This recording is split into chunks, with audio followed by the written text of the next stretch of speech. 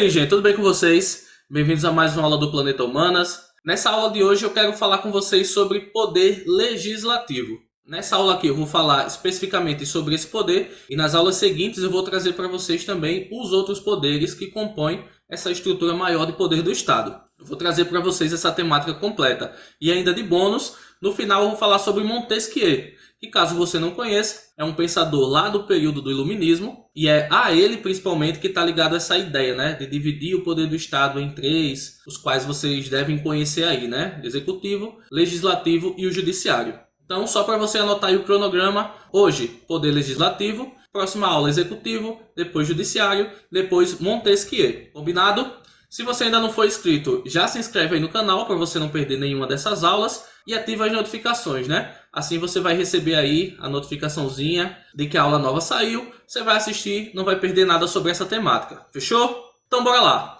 Começando aqui, eu quero falar, antes de tudo, um pouco sobre essa divisão do poder do Estado em três, né? Como eu acabei de dizer, os poderes são Legislativo, Executivo e o Judiciário. E conforme diz aí esse trecho, retirado lá da página da Assembleia Legislativa do Estado de São Paulo, o princípio da separação dos poderes busca limitar as competências para garantir a democracia, impedindo que um poder se sobreponha ao outro. Ou seja, basicamente, essa divisão do poder estabelece limites para o que cada um deles pode. Poder legislativo pode isso, poder executivo pode isso, judiciário também pode essas questões aqui específicas. Nenhum pode passar desses limites do que está estabelecido como ações específicas deles. Dessa forma, né, garante-se aí que existe esse processo democrático e garante-se principalmente que nenhum poder tente interferir ou se sobrepor ao outro. É para isso que serve a divisão do poder do Estado em três. Fechou?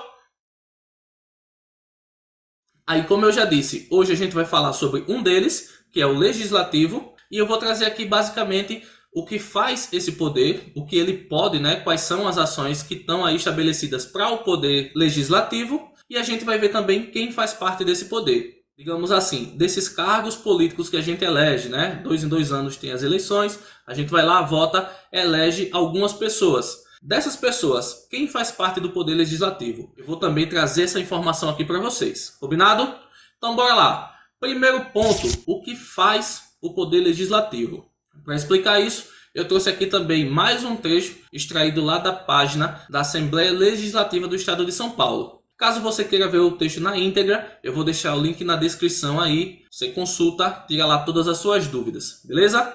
Então, conforme diz aí o texto, uma das atribuições constitucionais do poder legislativo é fiscalizar e controlar, acompanhando a execução das ações e atos da administração, tais como a execução orçamentária, contas, contratos e o cumprimento dos objetivos institucionais nas ações do governo. Basicamente, em qualquer pesquisa que você fizer, você vai encontrar que uma das atribuições principais do poder legislativo é fiscalizar. Fiscalizar o quê? Principalmente os atos do executivo. Por exemplo, vereadores, no âmbito municipal, né, vai fiscalizar os atos do prefeito. Já no âmbito maior, no âmbito estadual, a gente tem os deputados estaduais que vão fiscalizar os atos do governador. E um pouco mais acima, no âmbito federal, a gente tem os deputados, senadores, que vão estar de olho também na figura principal do poder executivo, que nesse caso aí vai ser o presidente da República. Beleza?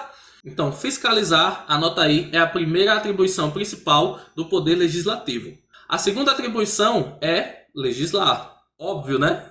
Legislativo é quem legisla.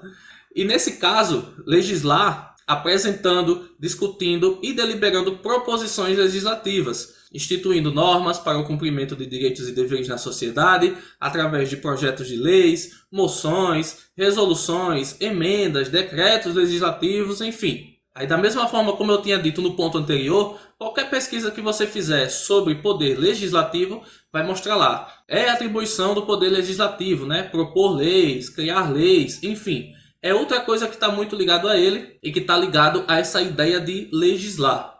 Terceiro e último ponto, investigar. Averiguando a ocorrência de ilícitos em fatos determinados, propondo soluções através de comissões parlamentares de inquérito, as famosas CPIs, né? Então tá aí para vocês as três atribuições principais desse poder legislativo. Só recapitulando: fiscalizar, legislar e investigar. É isso que esse poder pode fazer e, de certa forma, ele não pode ir além disso. Como eu disse, né, existem limites para o que pode cada um desses poderes. E esses limites existem justamente para que nenhum poder se sobreponha ao outro. Nenhum poder interfira naquilo que é próprio, né, que é competência de outro poder.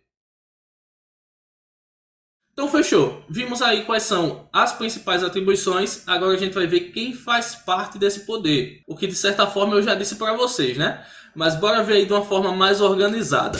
Tá aí, ó. No âmbito municipal, quem compõe o poder legislativo são os vereadores. E aí tem um exemplo, né, das ações desses vereadores, que é fiscalizar as ações do prefeito, né? Prefeito que faz parte do poder executivo. No âmbito estadual, a gente tem os deputados estaduais, que tem aí também um exemplo das ações deles, que é elaborar leis estaduais. Aí só para destacar para vocês, né? Quando eu falei aí dos vereadores, essa questão de fiscalizar as ações do prefeito está ligado àquela atribuição de fiscalização. Já nesse caso aí, né, elaborar leis estaduais, falando dos deputados estaduais, esse ponto está mais ligado àquela ideia de legislar. Os dois exemplos mostram aí o que pode fazer esse poder legislativo, questões que a gente acabou de ver na tela anterior. Só para destacar aí para vocês ficarem atentos.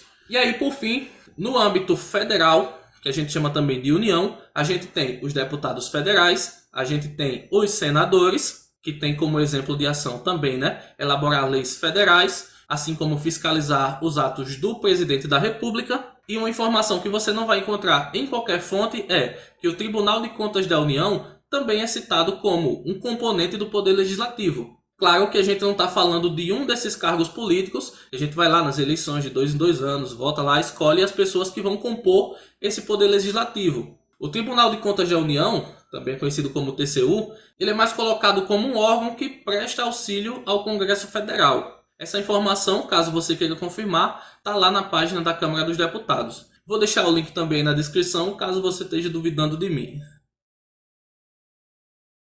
Mas enfim, vimos aí quem faz parte desse poder em cada nível, né? Municipal, estadual e federal. E aí, para fechar a exposição de hoje, quero só trazer aqui mais algumas informações relevantes para vocês. Pega aí, ó.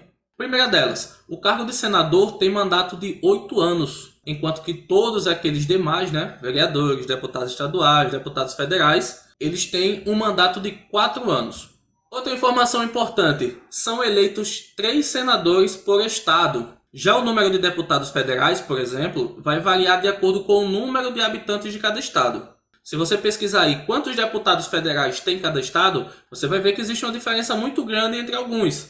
Por exemplo, o estado que eu moro aqui, Alagoas, é representado por 8 deputados federais. Mas se você olhar, por exemplo, Minas Gerais, São Paulo, você vai ver, por exemplo, que Minas tem 55, São Paulo tem 70. E como eu disse, né, isso vai ser proporcional ao número de habitantes do estado. Os estados mais populosos necessariamente têm mais deputados federais lá na Câmara. Só para destacar, viu? Essa informação que eu estou passando para vocês sobre esse número aí, data de 6 de 10 de 2022. Se você pesquisar mais para frente, pode ser que o número de habitantes desses estados aí que eu citei tenha aumentado e aí, consequentemente, eles vão ter mais deputados lá na Câmara. Entendeu?